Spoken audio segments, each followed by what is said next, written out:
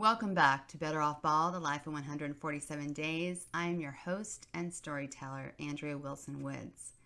Whether you are watching the video or listening to the podcast, I really appreciate you tuning in. Let's get started. Days 18 through 23, Saturday through Thursday, June 2nd through June 7th, 2001. Let's go, Blue. We miss you. Come on, Adrienne. Get better soon. So keep it up and your spirits high, 'cause we believe in you. We love the way you're always there to bring us smiles. So go, Blue. We're thinking of you. Just remember, we love you. 3 Burbank High School cheerleaders on the video. I obsess over Adrienne's lab results. John does too, but in a different way. Adrienne's platelets have dropped from 272,000 to 113,000 in 5 days. They are below normal now. John, however, is more intrigued that Adrienne's platelets show his birthday, January 13th. He sees his birthday everywhere, on marquees, in commercials, and even on the NASDAQ and Dow Jones numbers when he follows the stock market.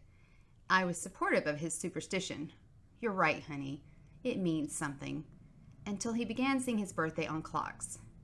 It's futile to point out to him the time is 1:13, twice a day, every day. I can't believe John's only comment on Adrienne's labs is his birthday. What about Adrienne's increased risk of bleeding? When I call Children's Hospital, a random oncologist assures me the drop is normal and the platelets will recover. Within 3 days, they do. WBC is up, ANC is up, her immune system is strong. However, her hemoglobin has dropped, which increases the possibility of a blood transfusion. Our bodies are complicated, yet resilient. The first round of chemo barely affected Adrienne's immune system, but the doctors warn me this will not always be the case. The more chemo she endures, the worse it will get. On Sunday evening, my friend Marilyn asked me to go to a party with her. Both John and Adrienne urged me to get out of the house. I don't want to go, but with 3 people pushing me, I acquiesce. Marilyn takes me to an all-female season premiere airing of Sex and the City, a show I never watch because we don't have HBO. A club in West Hollywood sponsors the event. The local celebrities attending include Jillian Barberi, a weather girl more known for her tight skirts than her meteorology expertise, and Lara, a local DJ on Star 98.7, one of the most popular radio stations in Los Angeles. As I sip an apple martini, my first one ever, the crowd mesmerizes me. There are the tacky, trendy outfits. Lara is sporting a leopard print cowboy hat and a belt buckle with so many fake rhinestones it screams, "Look at my bling." Jillian is more subdued in her tight pants and her Victoria's Secret water bra that gives her instant cleavage. She has that lollipop celebrity look about her. Her head is too big for her body. I hear the chatter and laughter of women all around me talking about the most trivial subjects: fashion, makeup, diet fads. I watch as they give each other that kiss on each cheek greeting that may be sincere in Europe, but is all for show in this town. For Marilyn's sake, I am a good sport and keep my opinions to myself. I feel stupid for being here. I have nothing to say to anyone because my thoughts are elsewhere. Did John remember to give Adrienne her 8 p.m. meds? How is she feeling? Will she need more Zofran for the nausea?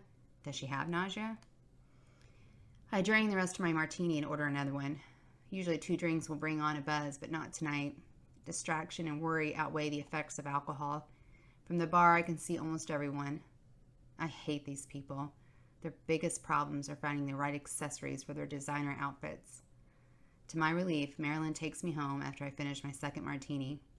The night was not a total wash. I did discover a new drink. In a journal entry dated December 4th, 1985, I wrote, "Today, the most exciting thing happened. I found out the baby is a girl, and she is all right." All right meaning healthy. I was worried because Mother took numerous pills during her first trimester to dull her grief. If Adrienne had been a boy, I'm not sure I would have ever become excited about a new sibling. That day, when I found out she was a healthy girl, I changed my attitude toward my mother. I went from being judgmental to being helpful. At the hospital, Mother's coworkers threw her a baby shower. I folded each outfit with care, mostly dresses, picturing my baby sister in them. The sundress with strawberries on it was by far the cutest. I decided Adrienne would make her public debut in it. I waited in anticipation for Adrienne to become a noticeable bump in my mother's profile. I wanted to see evidence of my sister. By the spring of 1986, there was no doubt my mother was due any day. She had gained almost 60 pounds, and her stomach was as round as the globe in my school's library. Adrienne was breech, so a C-section had been planned for April 8th. 9 days before, Mother grabbed me as she began swaying. "Help me to the couch," she said. "Your sister is turning." Afterward, I felt her stomach, finding Adrienne's head, which was the size of a small lemon. Sure enough, she had moved. Mother was excited. She preferred to give birth vaginally because it was cheaper and her recovery time would be shorter. However, a sonogram the next day revealed bad news. Adrienne had moved, but when she did, one leg got stuck in the birth canal. Dr. Hale, Mother's OBGYN, was adamant about the C-section now. With Adrienne's leg trapped, there was no other way. I would see my sister on April 8th as planned. It was a Tuesday. I wore my favorite outfit to school, black stretch pants and my white sweatshirt with panda bears and rainbows on it. Because of a standardized test that morning, we 8th graders missed half of our arts period. I was sitting on the floor of the dance studio, watching the older students execute the Adagio sequence in ballet class, when an announcement boomed over the speaker system. "Andrea Wilson, please come to the office. Your mother is in labor. Andrea, please come to the office now. Thank you." Giggles rippled across the room. Our charter school had fewer than 200 students, so everyone knew my mother was pregnant. I grabbed my bag and ran out the door, hearing echoes of good luck and congratulations. They didn't understand. Mother's C-section was supposed to be in the late afternoon. She shouldn't be in labor. Something was wrong. My mother's cousin drove me to Brookwood Medical Center. My anxiety subsided when we found my mother, still pregnant, ordering people around from her hospital bed. A male nurse explained they had to stop the labor, which started earlier that morning, in order to make sure the baby was developed enough to be born. Mother yelled something like, "Developed enough? My C-section is in 5 hours. I don't think the baby will grow anymore between now and then. Just bump up my surgery and take her out now." I felt sorry for the guy. He looked like a dog with his tail tucked between his legs as he shuffled out of the room. Since the OR had no openings and Dr. Hale wanted to run tests, Mother's wish was denied and her labor was stopped. When the male nurse walked back in, I couldn't decide if he was brave or stupid. His announcement the baby was fine barely elicited a glance from my mother. I imagined she was thinking, "I told you so. I've been a nurse since before you were born." We never saw him again. Too bad. The verbal sparring made the time pass quicker. Mother and I played cards, one of our favorite pastimes, unless I was winning. At that point, she would accuse me of being too competitive, like my father. Since today was special, we didn't keep score. The minutes ticked by as we played countless hands of gin rummy. It was almost time. "No liver pain since Friday" is what I write in our medical Bible, but the ringing in Adrienne's ears has continued, along with constant nausea. Zofran does not alleviate the nausea, nor does nightstand stop mouth sores from forming. Adrienne naps daily and experiences low-grade fevers. I wonder if the fevers are a side effect of chemo. Her doctors have no answer. They tell me not to worry. It's a typical dry Los Angeles summer with temperatures over 100 degrees in the San Fernando Valley. The house we rent does not have central air, just a window unit in the living room. When she's not sleeping, Adrienne curls up in her favorite chair next to the air conditioning and watches television. I sit on the floor in front of her, monitoring her every minute, except when I nod off from sheer exhaustion. Tess, the nurse assigned to us by American Home Health, breaks up our morning routine. She arrives every Monday and Thursday before 10 a.m. Adrienne likes her and enjoys the reprieve from me. Tess draws blood, flushes the lines, and changes the caps every Monday if I have not already done so. Replacing the old caps with new ones is not difficult to do, but knowing Tess will take care of that task eases my mind. One less thing to remember. Tess earns our trust quickly because she is dependable and competent. We like her. I think she likes us too. She says Adrienne is one of her youngest and most entertaining patients.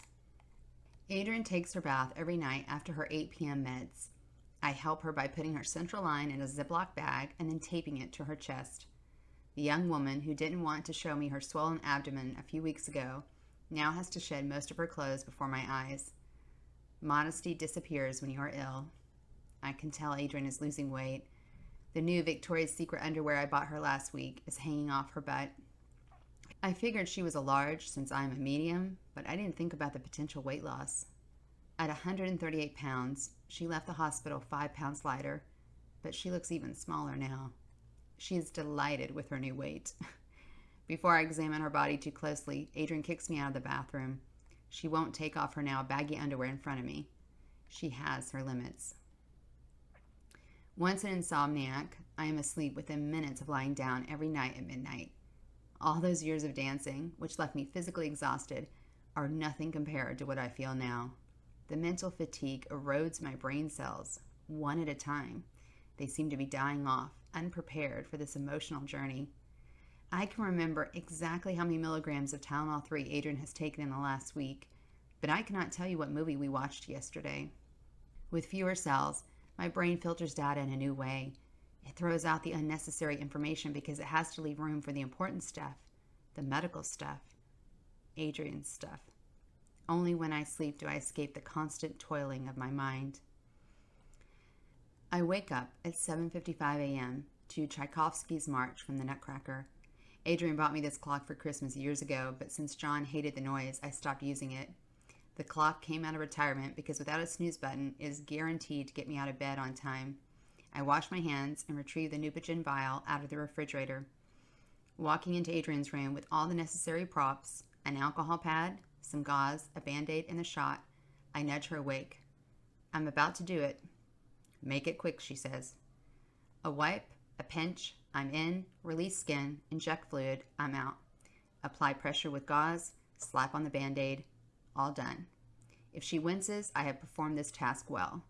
A verbal outcry, however, indicates a wrong angle, the injection was too slow or too fast, or some other error on my part. As her weight decreases, I wonder if there will be enough fatty tissue for the shot. If Adrienne's thighs become too thin, or if they have too many contusions, I am supposed to use her arms instead. For now, I alternate legs. I know which leg I did the day before by looking at the color of the various bruises, which are forming penny-sized polka dots on her inner thighs. After the dreaded shot, our day begins with breakfast.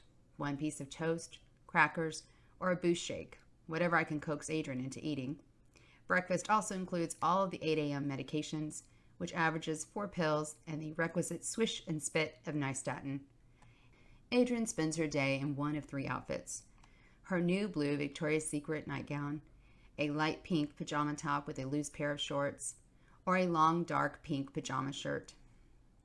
We watch television most of the time, but then pore over the mail when it arrives. Letters, cards, care packages, and even Bibles. Adrienne asks me why people are sending her Bibles. I tell her they mean well, but they don't understand a Bible does not help her. Sometimes we don't know the sender, or it's someone we barely know, like Alex's mother or my first cousin on my dad's side, who is not related to Adrienne at all. Like people flooding her hospital room, I know the mail will subside as Adrienne's disease progresses. People need a happy ending. Adrienne is excited when 2 of her favorite teachers, Cindy Burns, dance, and Sybil Bennett, English, stop by to say hello. We didn't know Miss Bennett had launched a fundraiser at Burbank High. She, along with another teacher, personally donated $500 each. A parent, who wished to remain anonymous, donated a month's rent, $1,250. A student who didn't know Adrienne donated his paycheck of $60, which he said was a gift from God. Ms. Bennett hands me the money in an envelope. It adds up to just over $3,000. The generosity of the students, teachers, and parents in our community stunned me. Tears well up in my eyes as I say thank you. Adrienne diffuses my astonishment by giving a tour of her room, pointing out where the roses used to hang from her ceiling, explaining why she cannot have any more stuffed animals, and showing off her altar with its stones, candles, and chalices, as well as her new bed and HEPA filter. The visit ends with all of us sitting in the living room, watching a 30-minute video made by Adrienne's classmates. During the first segment, 3 boys, two of whom dressed up in long-sleeved collared shirts and black slacks are running a mile for Adrienne. They spot the camera after each lap, giving thumbs up and victory signs. Their pace is steady, and they finish in 6 minutes. Never give up, they say. If we can run a mile as fast as we did, you can get better. 4 female students wearing Groucho Marx glasses with an attached nose lead the next segment titled, Hey Radio, or Happiness and You. One girl faces the camera. She asks, what animal do you hate the most? When a white paper sheep glued to a popsicle stick dances into the frame, Adrienne burst out laughing. I had no idea she had shared her sheep theory with her peers. An energetic blonde, dressed in a yellow tank top and jeans, leads 3 other girls in a choreographed dance to the Go-Go's We Got the Beat. She yells, I'm doing this for you, Adrienne. Dance with us. As the girls continue to dance and sweat, the blonde smiles. Whew, she says. Much to Adrienne's delight, some male students read A Midsummer Night's Dream with terrible accents. Another boy reads lines from a sonnet. One girl says, I had fun competing with you because you're so intelligent. While most of the female students identify themselves by name, few boys do, but Adrienne knows most of them. There are a few more segments. An incident with an aunt walking across the camera lens, a tour of the various bungalows that serve as temporary classrooms until the new school is built, and one boy talking as if he is the wizard Gandalf, the school is Middle Earth, and the students are his subordinate hobbits. The video ends with a tight zoom on Ms. Bennett, who says, keep studying, don't party too much. Students laugh in the background. We would like to see you get into UCLA. But she hates UCLA, Ms. Bennett, says one student. Yeah, she likes USC, says another. Oh, okay, Ms. Bennett says. USC, or Stanford, or Harvard, or Yale. Don't settle for anything less. We look forward to seeing you graduate with everybody else in a couple of years and seeing you go off to college. Nadia brought the In-Home Supportive Services, IHSS program to my attention last week. Our social worker Grace doesn't think we will qualify, but it can't hurt to try. A pamphlet about the program says IHSS will pay for services provided to you, the patient, so that you can remain safely in your own home. The types of services that qualify include house cleaning, meal preparation, laundry, grocery shopping, personal care services, such as bathing and grooming, and accompaniment to medical appointments. If it didn't have the disclaimer that only people over 65 years of age and some disabled children are eligible, every housewife in America would finally get a paycheck with IHSS as their employer. It is a long shot. Cancer patients, especially children, are not usually labeled as disabled, which boggles my mind. Adrienne can't go to school, read for long periods, walk more than a block, or do any of her chores. Neither Adrienne nor I say it aloud, but cancer has slowed her down. Is that enough to receive IHSS? Just before 5 p.m., I say goodbye to my mother as she is wheeled into the OR. She arranged it so I could be in the nursery when Adrienne was born, one of the many benefits of being a fellow healthcare professional. A nurse gave me blue scrubs to put over my clothes, made me wash my hands, and then escorted me down a long, wide hallway. I sneaked a glance into each room, seeing one giant belly after another. I had become a 13-year-old peeping Tom in search of my mother. The nurse must have noticed my concern because she said it wouldn't be long now. We turned a corner, and she left me there. Just wait, she said. I was about to meet my sister. I asked myself, would she like me? More importantly, would I like her? I watched as other newborns arrived. Nope, not her. Another boy. How long does a C-section take? Are all newborns so ugly? Yes, they are. However, when Dr. Hale placed Adrienne in my arms for the first time, I didn't care that she had a big forehead, squishy eyes, and flesh skin covered in dry, yellow, crusty stuff. I felt this rush of love jettison through my entire being, so powerful I thought it could knock people down. I would do anything for this kid. For the first time in my life, I understood what the term unconditional love meant. All parents are supposed to have that kind of love for their children, but my parents' love came at a price. I would give that love to my sister Adrienne, who opened her eyes, a deep royal blue, and looked at me. She seemed to be thinking, "Who the hell are you?" "I'm Andrea, your sister," I said, "and I promise to never let anything bad happen to you. Okay, kiddo?" She blinked and wailed. A nurse took Adrienne away from me before I could calm her down. She laid her down on her back and began examining all her limbs and extremities. She tested Adrienne's joints by rotating her shoulders and hips, up, down, side to side. Soon she had Adrienne's legs in the butterfly or lotus position, knees out, feet together. I thought, wow, this woman is preparing my sister to be a dancer. But Adrienne's voice went up 2 octaves when the nurse turned her legs out. I wanted to snatch my sister away, save her from the agony of forcing one's body into unnatural positions, but that's when the nurse stopped. She wiped off the crusty stuff with a warm washcloth and handed my new sister back to me. No longer crying, Adrienne stared at my face. Even the nurse commented on her eyes. How blue, how alert. I knew infants' eyes could change color, especially if they start out blue. Adrienne would end up with the most beautiful eyes in our family. Over a 2-year period, her eyes transformed from that brilliant blue to a deep olive green. Her father's eyes. Even on her first day of life, Adrienne enchanted me as if she had performed a spell like a genie. Blink, blink.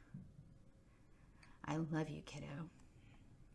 The nurse reminded me several relatives were outside the nursery window wanting a peek at our family's youngest grandchild. There they were, my mother's sisters, Aunt Tootsie and Aunt Sue, Uncle Charles, Sue's husband, and their daughter Peggy, my first cousin. They were waving and smiling and looking through the thick glass. As Uncle Charles held up his Polaroid camera, a nurse said, "Here, let me help you." She held Adrienne up at an almost 90-degree angle so she was now facing the camera. I ran my fingers through Adrienne's thick black hair, stroking her head, feeling the soft spots where her skull had yet to harden. In the picture, I am looking down. I never took my eyes off Adrienne. Thank you for watching and listening to Better Off Bald, A Life in 147 Days. Please subscribe to my channel and stay tuned for the next episode.